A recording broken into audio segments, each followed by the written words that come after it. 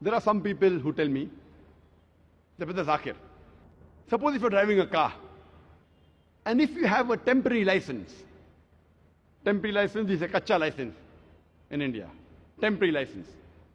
And if you have an accident, the police will give you a small fine. If you have a permanent license, and if you have an accident, the police will give you a bigger fine.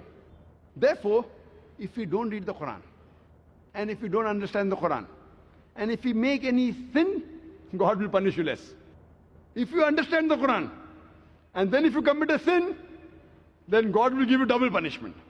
Very good logic. So why do you understand the Quran? Behave like a person who have a temporary license and enjoy life. Less punishment. I told this brother, for sake of argument, I agree with you, that a person who has a temporary license, a person who has a kacha license, if he has an accident, maybe the police will fine him with 1,000 rupees or $1,000.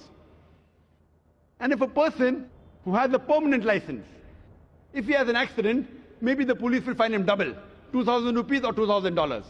Okay, I agree with you. But the point to be noted is that if a person who has a permanent license, in 1 year the chances he'll have an accident is maybe 1. But a person who has a temporary license, who has not learned driving well, the chances he'll have an accident in 1 year is maybe 50.